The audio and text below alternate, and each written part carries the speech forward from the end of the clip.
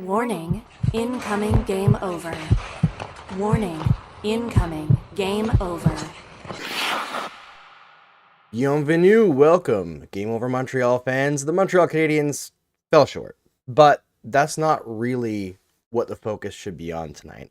I see some familiar faces in the chat. I will shout those out right away. I see Trizak, Trinka, Outrage, Hi Claire, Gary Bisson, Bernardo Saunier. It's nice to see you all tonight.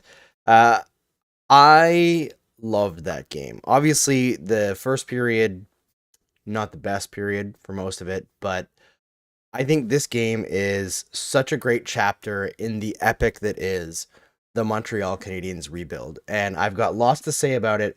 Lots to say, a little bit more, I would say, almost like, not poetically, but from a storytelling perspective. We're going to talk about things tonight.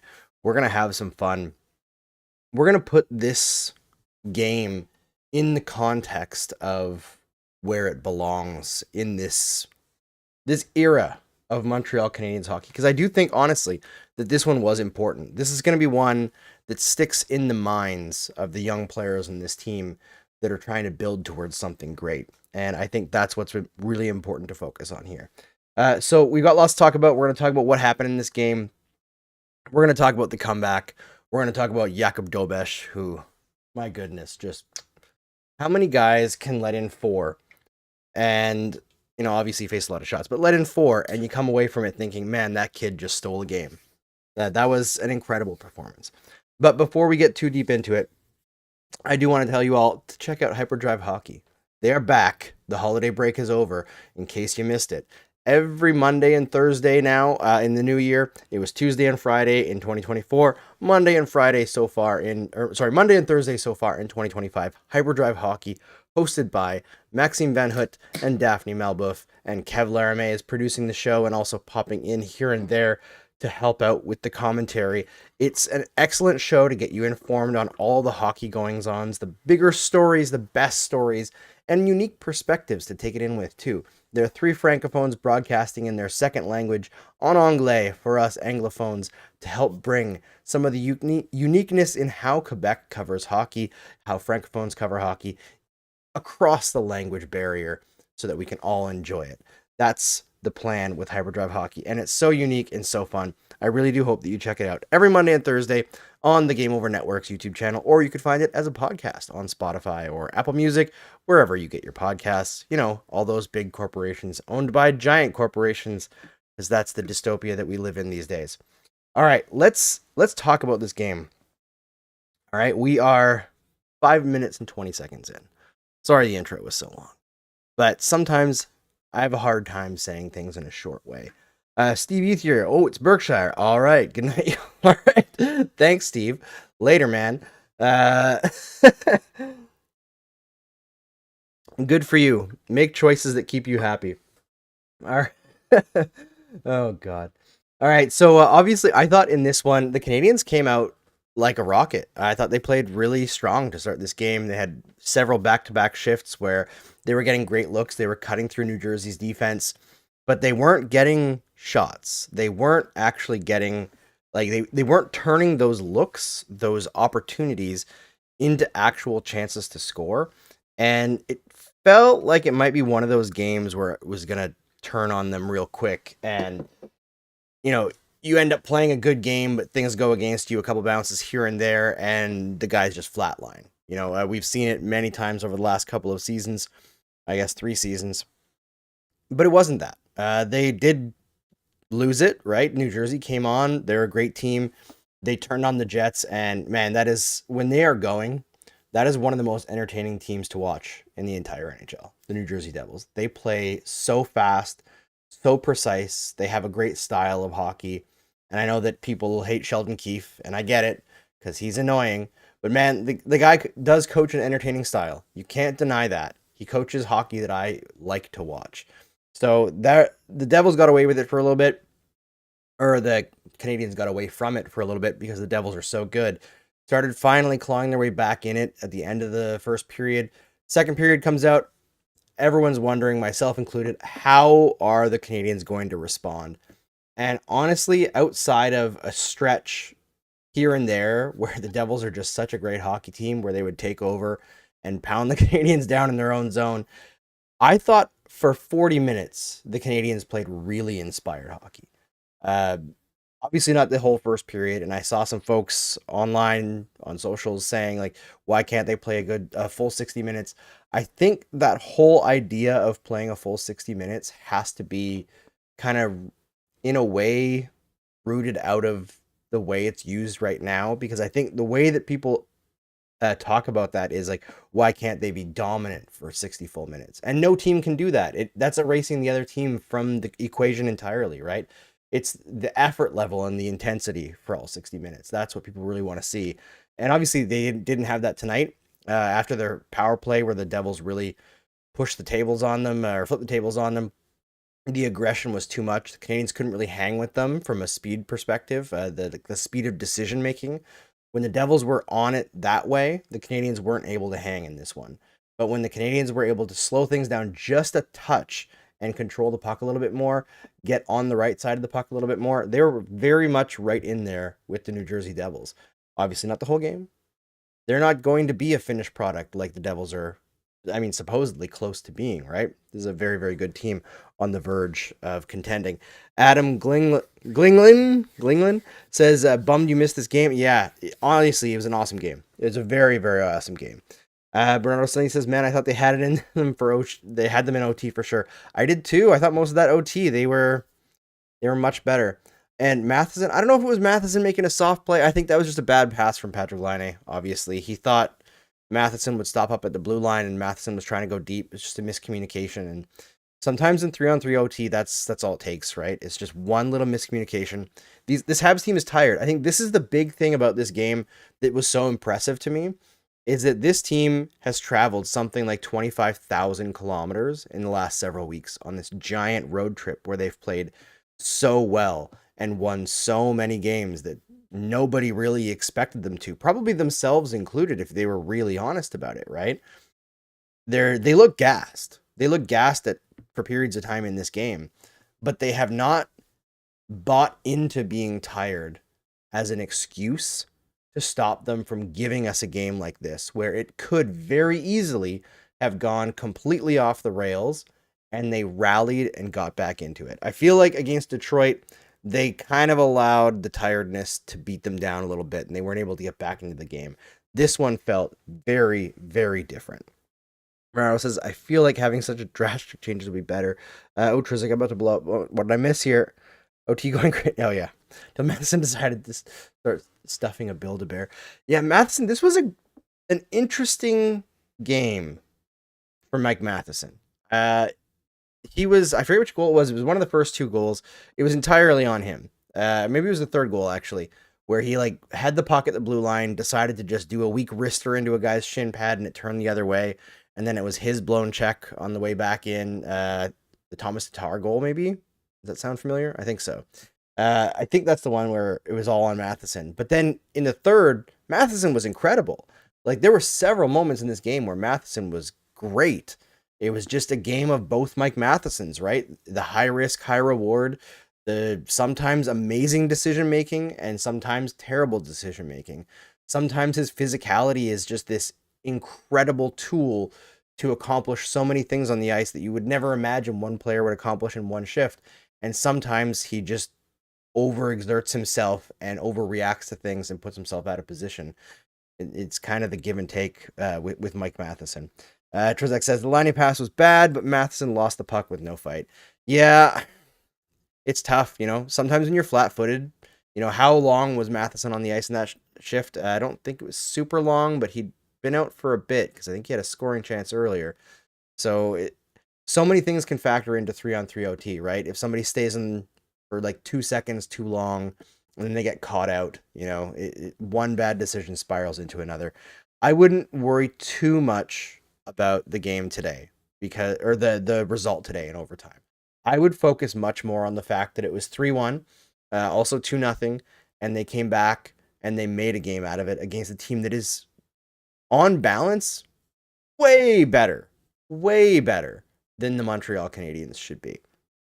So I would say just take that and focus on that for this one And hey, how great is that top line right now?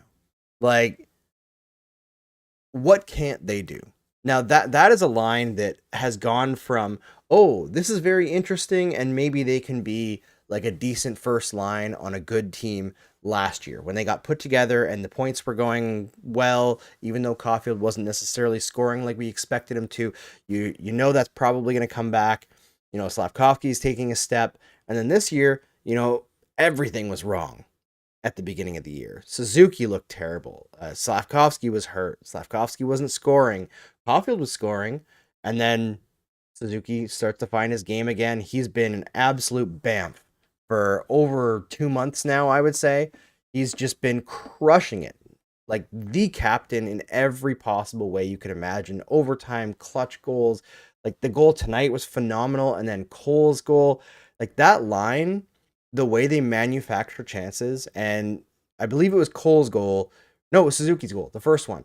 They created this fantastic chance, and Suzuki just couldn't get his stick on the right angle and get that puck right into the empty net. Just missed it. And it looked like he was going to have this like big reaction, that he was upset that they didn't go in. And then right away, the line rallies. You know, Slavkovsky gets the puck back, shoots it over to Cole. Cole finds Suzuki, and in the net.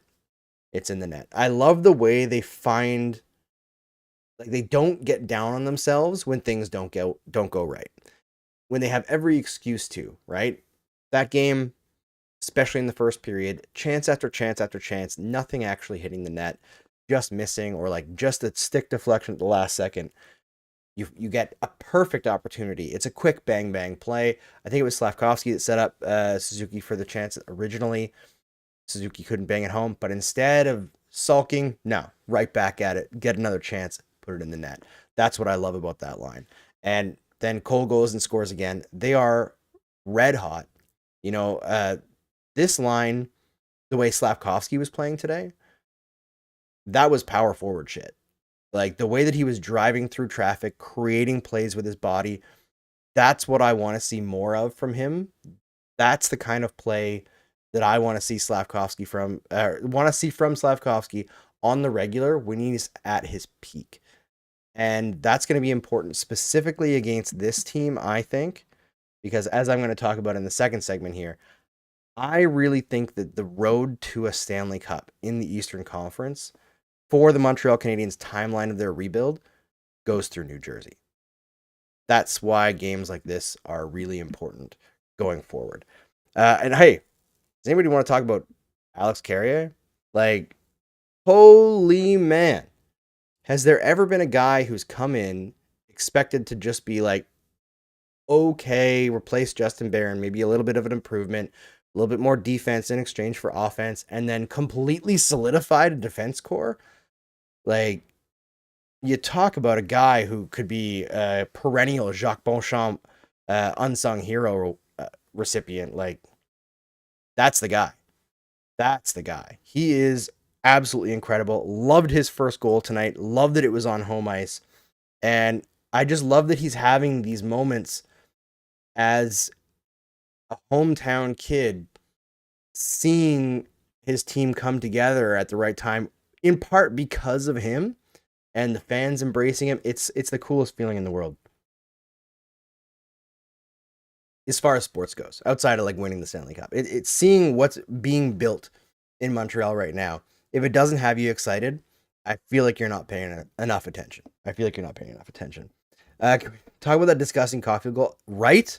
Just, you know what it looked like? Honestly, it looked a lot like what Patrick Laine does, where he just held on to the puck way longer than you think he should, and then zips it past. Like, man, having two dead shots on the team is such a change. Like, I'm thinking back now, and there have been times where the Canadiens have had multiple players who've had good goal scoring seasons, right? Like when Pacioretty was at his peak, there was stretches where Brian Gionta was scoring like 25-ish, 30-ish goals. You also had Brendan Gallagher there, who was on the cusp. I think he was only flirting with like 20 goals until like the end of the Pacioretty time, and then he hit his 30 once. But the Canadiens have not had two guys who are close to automatic when they have a good chance, like Laine and Caulfield. at least in my lifetime. I mean, we could go back to like Vincent D'Onfus, but even then, like I don't think D'Onfus was that kind of goal scorer, right? He was more of a like a skater power play guy, I guess, but like I don't think he was a high level finisher guy. He just had some great goal scoring seasons as a very good to great player overall. Same kind of thing with like Brian Bellows, right? Was Brian Bellows a pure goal scorer? No. Kirk Muller, again, rough and tumble dude, could definitely score, but not like these guys. Having two of those guys, it's a huge difference maker, a huge confidence difference maker. Bernardo, that's a great point. Camilleri, my God, that first year with Camilleri until he got hurt, and then again in the playoffs, man. And Giunta was actually friggin' great that year too. Nobody really remembers that. For whatever reason, there's not very much respect thrown on Brian Giunta's name. I don't know why, but he was a great player for Montreal for a very long time. Semi Heg says Carrier has helped slot everyone in the right spots. You're so right. Like it's hard to put into words how important it is to have players in the right spots. And I think that's still a big reason why folks are frustrated with Mike Matheson. And I like Mike Matheson as a player in a lot of respects. There are some things about him that definitely frustrate, just like everyone else. But I think the biggest problem with Mike Matheson is not necessarily him as a player. It's just that he's still playing first pair minutes. And I know he's not playing the top matchup minutes anymore because Gouli and Carrier are doing that. But he's still probably playing too many minutes, too heavy of a workload for Mike Matheson. He should really be a number 4 defenseman on a great team. And he just has the physical capability of playing 25, 26 to 28 minutes a night. It doesn't necessarily mean that he should be doing that. And with Montreal, because he has that capability, he has had to time and again for the last couple of years in Montreal. And it exposes him. And until you put him in a situation that's better for him, he will continue to get exposed like he does here in Montreal. And as much as I think that Hutson Matheson pairing has some serious issues in terms of overall functionality, I understand why Marty St. Louis is trying it out, because the ability to have both of them out there and transition on a dime is wildly exciting. And it allows those forward lines to create so much offense off the rush. And I remember watching the last game. I was listening to the TSN breakdown, and I know this one was on Sportsnet. I'm talking about the last one. And I forget who was on color. It might not have been last time. It might have been a couple games ago. But the color commentator was talking about how the Canadiens used to be. Oh no, it was this game. Sorry, it was Gary Galley, because it was terrible analysis. He was saying the Canadiens used to be a transition team, and now they're an attack off the rush team. And I was very confused, because in order to attack off the rush, my friend, you must transition the puck. That's the only way to do it. It has to transition from one zone to another zone to be off the rush. If you get it in the offensive zone and shoot, that's not an off the rush play. It has to go from the neutral zone at least into the offensive zone, which is a transition. But I think what he meant was that the Canadiens were not very good off the rush before, and they were trying to cycle the puck more, and now they're attacking more off the rush. Maybe he was trying to say they're more of a counterattack team, but that's also not true. I think they just attack with more speed and more pace, and that's what he's seeing. But yeah, it just goes to show you that working for a broadcaster for like 30 years doesn't actually mean you know anything what you're talking about. Neither does being a former NHL player, apparently. He's not very good at talking, and he has a job where he talks, which is a fit, I guess. All right, let's talk about the future a little bit. But before we do, I'm going to queue up a ad for one of our new sponsors here, Inchu Bijou, which I am sure that you guys will all love if you go and check it out. So I will do that for you. 1 second. We are so excited to tell you about our new partner here at Game Over Montreal, a delightfully witchy goth and glam jewelry store making handcrafted art that varies from subtle silver to gold pieces to glamorous bespoke. Inchu Bijou is more than just a company. They've built a community through advocacy and a welcoming attitude that has made them an institution here. Montreal. Located in the historic Chateau Saint-Ambroise, Inchu also runs seasonal themed markets called Maleficarum Market, or Marché Maleficarum en français, where artisans from all over get together and showcase and sell their wares. Drop by 4000 Rue Saint-Ambroise, Suite 278, and say hi to Astrid and the Wicked team. Or head to inchubijou.com and enhance your style. The next Maleficarum Market will be on the weekend of February 8th and 9th. We'll see you there. Now, let's get back to the show, but before you do, make sure you subscribe to Game Over Montreal, Game Over Network, and smash like on this video because it really helps us out. All right, folks, welcome back to Game Over Montreal, and I got to tell you, I'm feeling a little bit epic right now, and part of that is because I've been super into a musical called Epic. It's weird. I'm going to tell you a story about it quickly. I'll go really fast. Basically, it's this young kid from Puerto Rico came up with the idea of writing a more anime style / video game style story using the Odyssey. So a story of Odysseus after the Trojan War. And he created this, I think it's 8 sagas that come up with a concept album for a musical. And it's phenomenal. But I'm really into the Greek mythology right now. It's really gotten me thinking that. And I'm viewing the Montreal Canadiens as this big, sprawling epic, this rebuild. And every game is kind of like its own little chapter of what they're learning.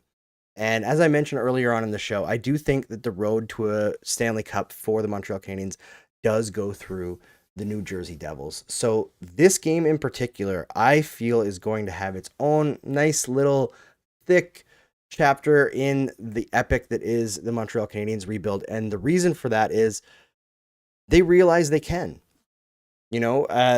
This Devils team is, if they're not at the moment right now where they're a prime Stanley Cup contender, they're this close.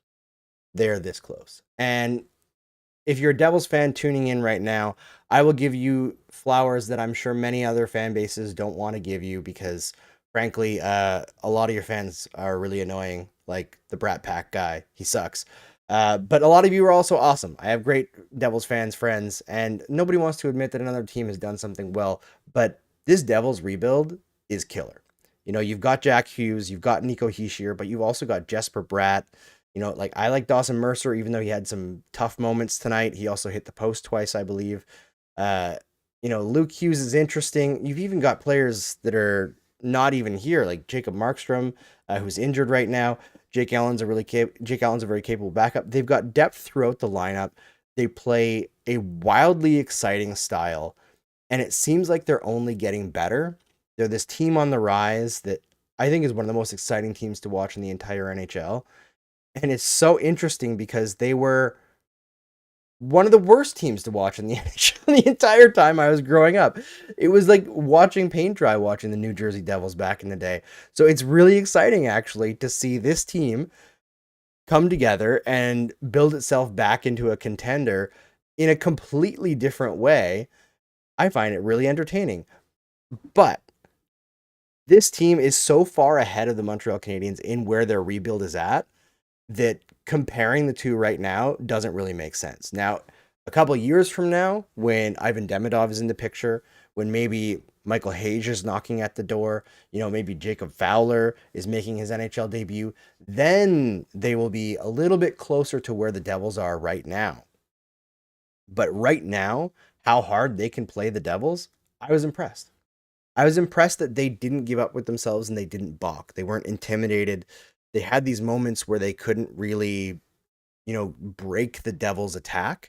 They had these long stretches. It seemed like each period had like an 8-minute chunk where the Devils just owned the puck the entire time.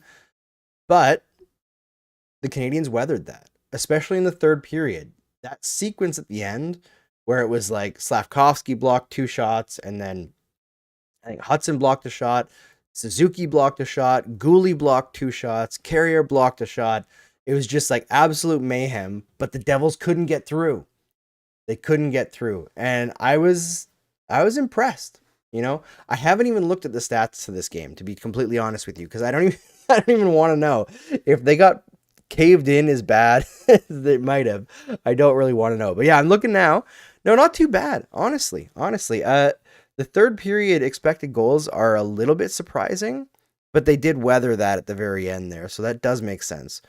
It seemed like the Devils really weren't satisfied with taking it to overtime, which, you know what, honestly, I love. And in 3-on-3 overtime, I know they lost, but I thought the Canadiens were significantly better than them in overtime. I think the Devils had trouble getting the puck.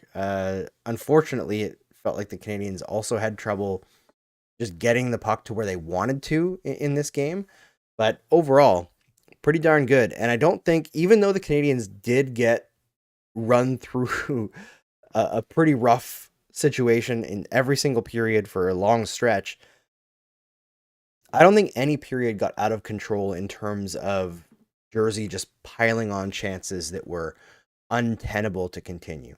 And that's the kind of stuff where, like, that bend don't break mentality that you're going to need to have against teams that are better than you, more talented than you, right? Until the Canadiens can get there. Now, I guess the question for everybody coming out of this is there a path for the Canadiens to be not just able to get through New Jersey a couple of times and give themselves shots at Stanley Cups in the future, but is there a path for them to be better? You know, they don't have the number 1 overall pick, Jack Hughes, talent there, right? Like, you could say that Suzuki might be as good as Nico Hischier, maybe. I think that like, they're not that far separated that I think it's outside of the realm of possibility. But then you don't have the Hughes on top, right? You've got Kirby Dach, who's starting to look better. Had another decent game tonight. Not great, but decent.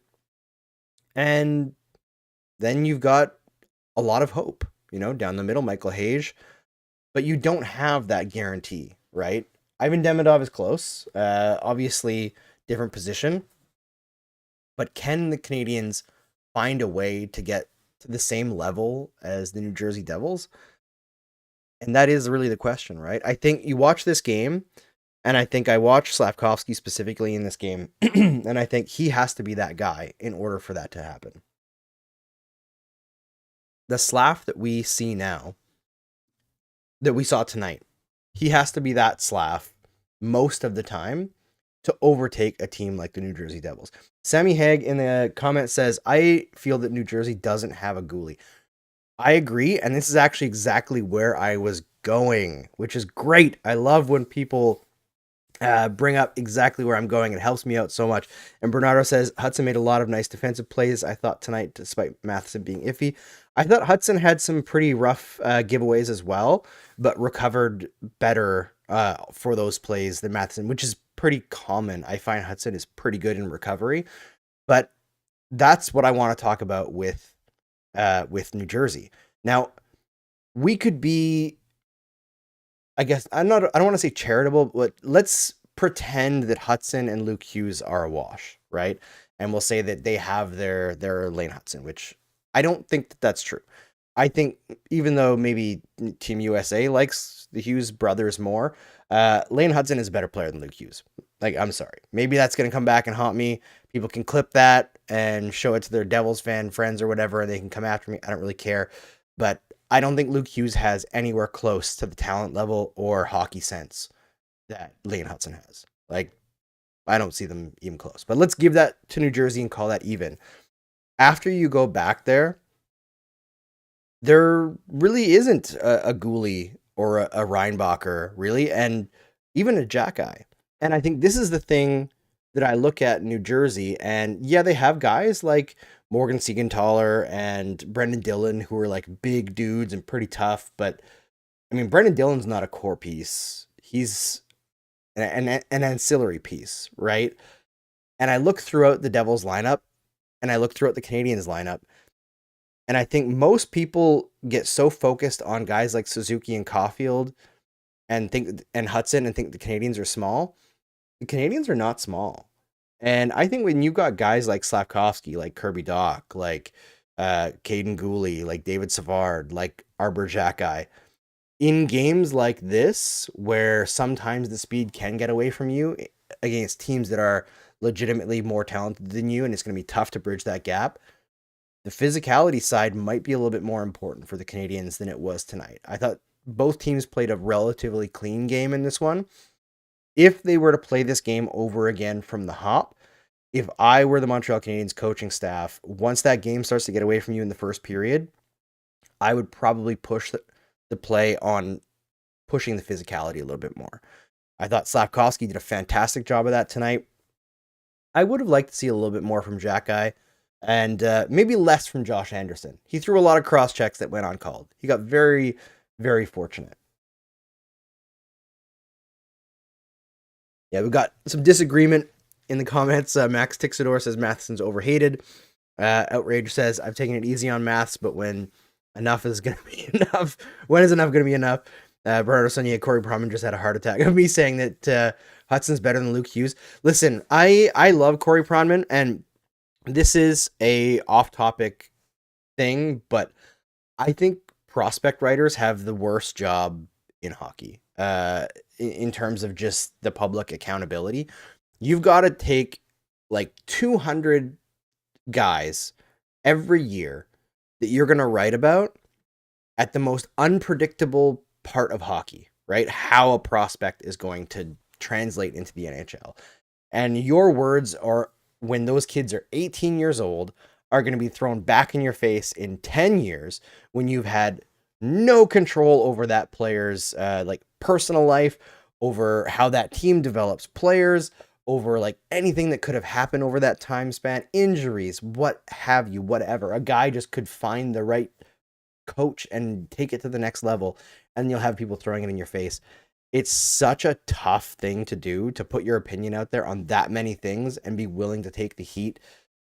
So I don't like going after prospect writers most of the time, unless it's very obvious that they put in absolutely no effort or say things that are super wild, like hating a guy just because of where they're from or whatever, or the Sportsnet guy that clearly doesn't watch any of the prospects and just writes one sentence that he says is a scouting report, and it's like, this guy shoots left, he's hot this week, and you're like, cool, glad you're being paid to write that.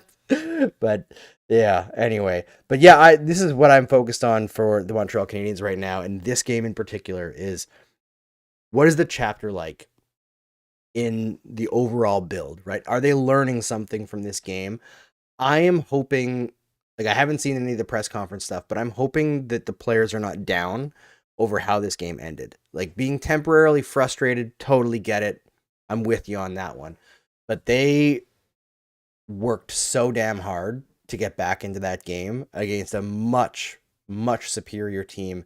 And just the amount that they've been traveling, I'm proud of them. I am. You know, honestly, it's weird to think of it that way, you know, as you get older, but I am proud of that team. They have done a lot over this last stretch that should make people proud of them. And I think that's something to focus on. All right. In a moment here, we're going to switch over and we're going to do a quick run through on the future. And who is the future if not Jakub Dobeš? We got to talk about that kid because that is incredible. But first, we got to tell you about Le Saint Motel. Looking to make awesome memories with your friends? Take some promotional pictures or videos for your business? Check out Le Saint Motel in Montreal's Sud-Ouest borough. It's an amazing selfie studio located in Montreal's historic Chateau Saint-Ambroise, right next to Inchu Bijou. It boasts 12 plus unique decors for you to enjoy and make memories with. Hop into their iconic heart-shaped ball pit or transport yourself back in time to Expo 67. Le Saint Motel can also come to you with mobile decor setups available to rent for events, including setup and takedown, or you can head to lesaintmotel.com right now for more details, or to check out their amazing decors that are always being updated. Now, let's get back to the show, but before you do, make sure you subscribe to Game Over Montreal, Game Over Network, and smash like on this video because it really helps us out. Thanks, myself from a couple of days ago. Got those nice recorded ads in there so I don't have to do the live ad read. Hope you all appreciate that. We're going to have some better ads filmed really shortly here. I'm going to run by InShoot this week and film stuff with their staff and get some cool shots, and that's going to be fun. We're really excited to work with our new partners, and if anybody has any leads that want to help sponsor Montreal or help sponsor any other market, we're loving to work with these local companies, these small businesses, giving them an advertising outlet that doesn't cost an arm and a leg, with people that actually care about them, with people who care about what they want to accomplish with their advertising. Because not every company's needs are the same, right? And not everybody wants to be associated with hockey. Not everybody wants to be associated with a lot of different things. So one thing that I've been telling everyone is, one thing that you can control is direct advertisement with somebody that you trust. You can't control Google ads and you can't control social media ads. They can appear next to anything, including, some person in the US that's throwing out Roman salutes, as they call them. You never know what can be coming across social media these days, as it gets continually worse and worse, with less and less oversight from people that actually care about other people. All right, I want to talk about Jakub Dobeš. Does anybody else want to talk about Jakub Dobeš? Because this kid is like, he just makes me smile watching him.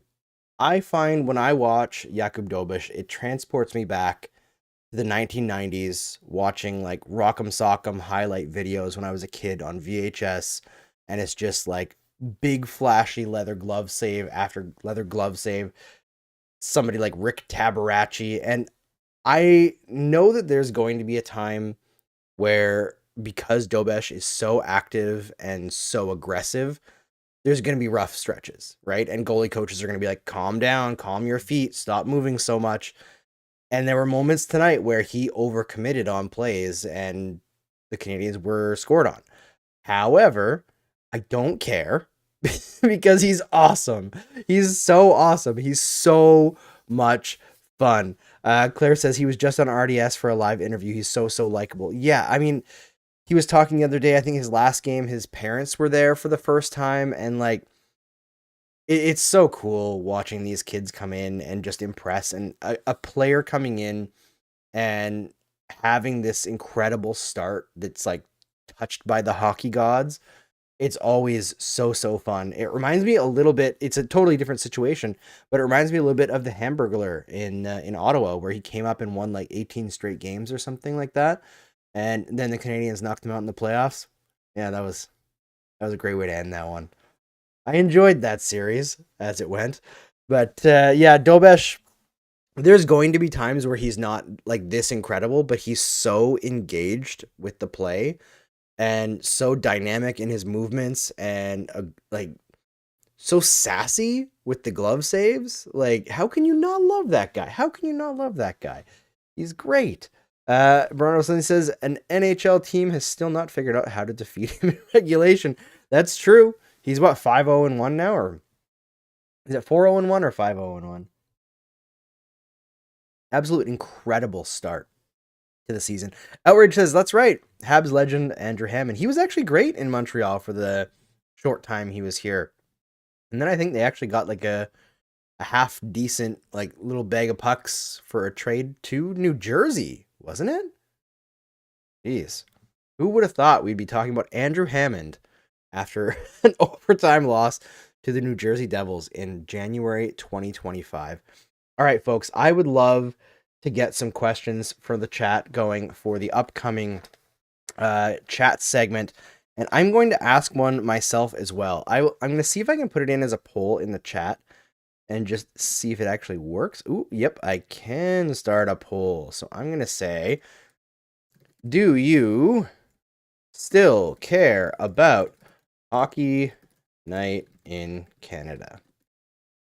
So the reason why I'm asking is because while I was watching the game, or at least before the game, actually, when everything was starting up, Zach from Game Over Toronto, who's hosting tonight, or on tonight, he was on tonight, I don't know if they're still on, for the Battle of Ontario. I don't even know who won that game between the Senators and the Leafs, but I assume one of the two, right? The Sens. Nice. Good job, Sens. Good job. So he mentioned that Hockey Night in Canada doesn't feel special anymore. That Saturday comes around and like, yeah, it's a double header, but the broadcast is not really that much different from every other Sportsnet broadcast. There doesn't really seem to be any rhyme or reason to the programming to differentiate it in any significant way. There's the once in a while like Craft Hockeyville segments and stuff, but for the most part, there's not really that much about Hockey Night in Canada that makes it Hockey Night in Canada anymore. And I do wonder if folks still have an attachment to that name brand, or is it just that Sportsnet has done such a poor job of it that people don't really engage with Hockey Night in Canada as a big thing anymore? Or is it that it needs to change? We need to modernize things, because one thing I noticed with the way that Sportsnet and CBC before them ran Hockey Night in Canada, or run Hockey Night in Canada, is they're very focused on portraying a version of Canada that is very CBC, where it's like down home on the prairies and it's 1978 and this is how Canada is, and pull yourself up by your bootstraps and look at our amazing, beautiful scenery. And I don't know if that connects with hockey fans or even Canadians today, because I think most of the people in this country live in large cities, right? We don't necessarily, maybe some of us come from smaller towns, like I do as well. I was born in Moose Jaw, Saskatchewan, or not born there, sorry, I was born in Northern, but I lived in Moose Jaw, Saskatchewan until I was 11, then Fort McMurray, Alberta till I was 18, and now Montreal. But I don't think that they've been able to find a blueprint that works for Hockey Night in Canada. So I'd love to hear what the chat thinks about what they could do, what could be improved to make a Hockey Night in Canada for the next generation. Because, hey, you know what? Maybe not for this coming one, because it's not like we have much money to bid on anything, but for the next contract after that, maybe it'll be Hockey Night in Canada on the Game Over Network. You never know. Times change, and things change quickly. All right, let's switch quick to our overtime segment, and then we will take questions from the chat and have some fun here as we close out this episode of Game Over Montreal, a 4-3 overtime loss to the New Jersey Devils. All right, sorry about the coughing, folks. I have kids, and this is what happens in the winter. Let's see. Gary Bisson asks, has the size of the great Ken Dryden, I'm assuming he's talking about Jakub Dobeš. Roger Sportsnet has allowed it to get stale, says Mathieu Barret. Sorry, Barrett. Didn't even buy back the hockey team either. Yeah, that is something else. Like the disconnection of Hockey Night in Canada from the Hockey Night in Canada theme. That's a hard one to go over. Gary Bisson, Sportsnet is not good. I will alter those words slightly to be nicer. Trinka says, sometimes the intros are really hype. Yeah, they can be. I find the problem is that they got rid of Tim Thompson. Right? That was one of the first things that they did. And obviously Tim still works for the CBC, does lots of other work. But Tim was like the wizard of hockey pump-up videos. And getting rid of him, that was like one of the first things they did. Was really tough. Ian Boisvert says, it's unrecognizable from when I was a kid. The only part I'm really excited for is Saturday headlines. Yeah, and even then, like, I find a lot of the stuff from the insiders I end up muting. He also says, can't listen to Kevin Bieksa. It's awful. Yeah, Bieksa sometimes I find has like a nugget here or there. But overall, I think he's drank his own Kool-Aid a little bit. He was better when he was on earlier, and now people talked about him as if he was some great commentator. And now it's just terrible. More Jennifer, less Kevin. Yeah, I like Jennifer Botterill as well. But I think Jennifer Botterill could be used more effectively as well. I think giving her more time to talk, less back and forth. Like, I understand they think they need more people on the panel, but I think sometimes it's better to have only a couple people there. Bernardo Sunny says even headlines is just Elliot Friedman going, they're still not done. We'll see where this goes. Yeah, it's true. Randy N says, what do you think about the pick plays like Timo Meier blocked Matheson from getting to use on the OT goal? Jersey was doing pick plays all night. Yeah, I mean, good teams do that. I thought that one, I don't know if that would call, like a ref would call that a pick, because Matheson was so flat-footed on that I don't know if he would have got back into play anyway, even though Matheson's a hell of a skater. He seemed really off balance. The pick plays that were bothering me more was, if you go back and watch the game, watch number 71 on jersey, Jonas Siegenthaler. Every time they were in the offensive zone, he was hanging off someone. Just absolutely hanging off someone. Arms draped over them, stick pulling on guys. Like, if it got up into the left side corner, he was hanging on someone. He was just always in the way, and I was shocked that it wasn't called once. That was really, really surprising. But the pick play in overtime, less concerning. I was more like, something about Timo Meier annoys me. I don't know what it is. I like him as a player, but something about it annoys me. So every time Dobeš shut him down, it was just extra satisfying. I was like, can we please talk about the Rantanen trade? Not without K. We'll have to have like a special check-in on the Rantanen trade. Sorry, guys. I'm just falling apart here.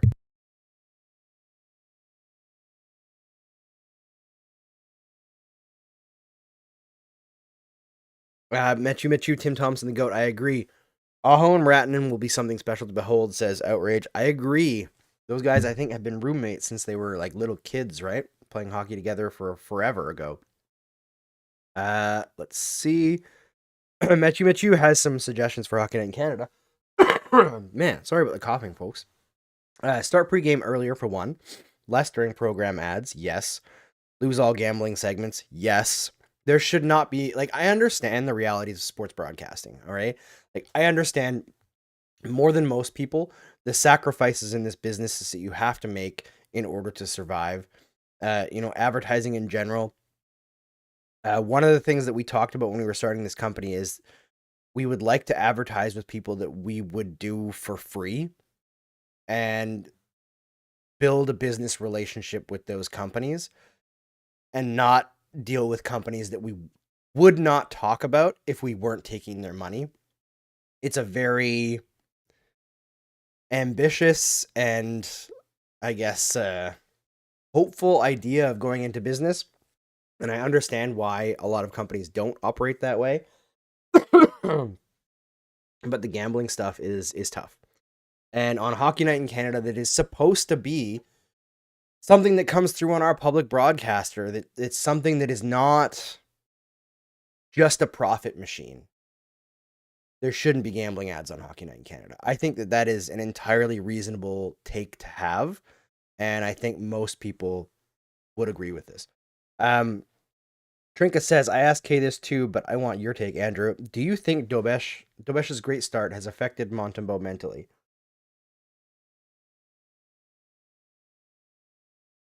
Good question. I don't think so. I think Montembeault has been struggling since before Dobeš came in. The consistency hasn't really been there this year. He's had great stretches and poor stretches.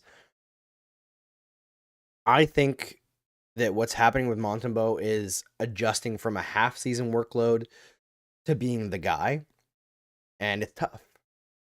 It's really tough, and I think he will get better now that Dobeš is here, and they can let him rest. They're not forcing him into more games than he's ready to play because they don't trust the guy behind him.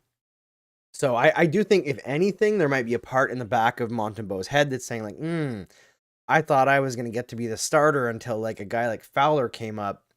Maybe that's not going to be so easy to hang on to. Not that I was saying he was taking it lightly at all. I think Montembeault has scraped and clawed for every moment he's had in the NHL. And that's part of the reason why I do believe in the kid. I say the kid, he's like late 20s, right? But I really do think that he has taken advantage of every moment he possibly can in Montreal on some really tough teams to play for. And so I'm not throwing in the towel on Monty at all, but I think it is a great question. I do. Randy says, watch TSN or RDS for better commentary and play-by-play. Cannot stand Craig Simpson. Craig Simpson isn't my least favorite. Gary Galley's definitely much worse. But yeah. TSN with Mike Johnson is crazy good. I like Frankie Corrado as well. I wish we could get as good of a broadcast team as Ottawa has regularly, where Cheryl Pounder. I wish she was always on in Montreal. I friggin' love Cheryl Pounder. But unfortunately, a lot of these broadcasters, they don't have as much talent to go around as the amount of games that they cover. And because they kind of pigeonhole themselves into hiring a certain kind of person, usually a former player, not a lot of former players are good talkers, right? Even if they know the game very well, that job's tough. To talk live, it is very tough. You know, it's not my best thing. I'm a better writer than I am a live talker. So I sympathize. And Matthew says, I am done with listening to Craig Simpson, I think, unless he has a reffing critique.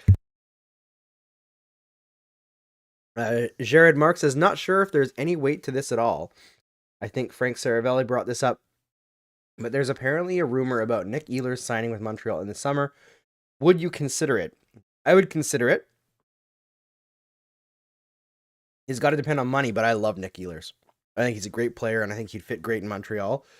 But I don't know if he's necessarily the piece that they desperately need, right? I think for me, that choice would be like a guy. It would be a choice between like Ehlers and Laine, and I know those two are actually close, so that might be part of the reason. But I'd definitely be interested because I love Nick Ehlers. I really, really love Nick Ehlers, and he is one of the best transition players in the sport. Like full stop, he's fantastic at it. So if you want to get the puck into the offensive zone, Nick Ehlers is a great guy to have. And unfortunately, he's not the greatest at putting that puck into the net, but he's quite good at that too. Bernardo says, I saw Hall was going to get traded and was like, what? Then saw Rantanen hit the ceiling. Yeah, I'm still not sure how that happened.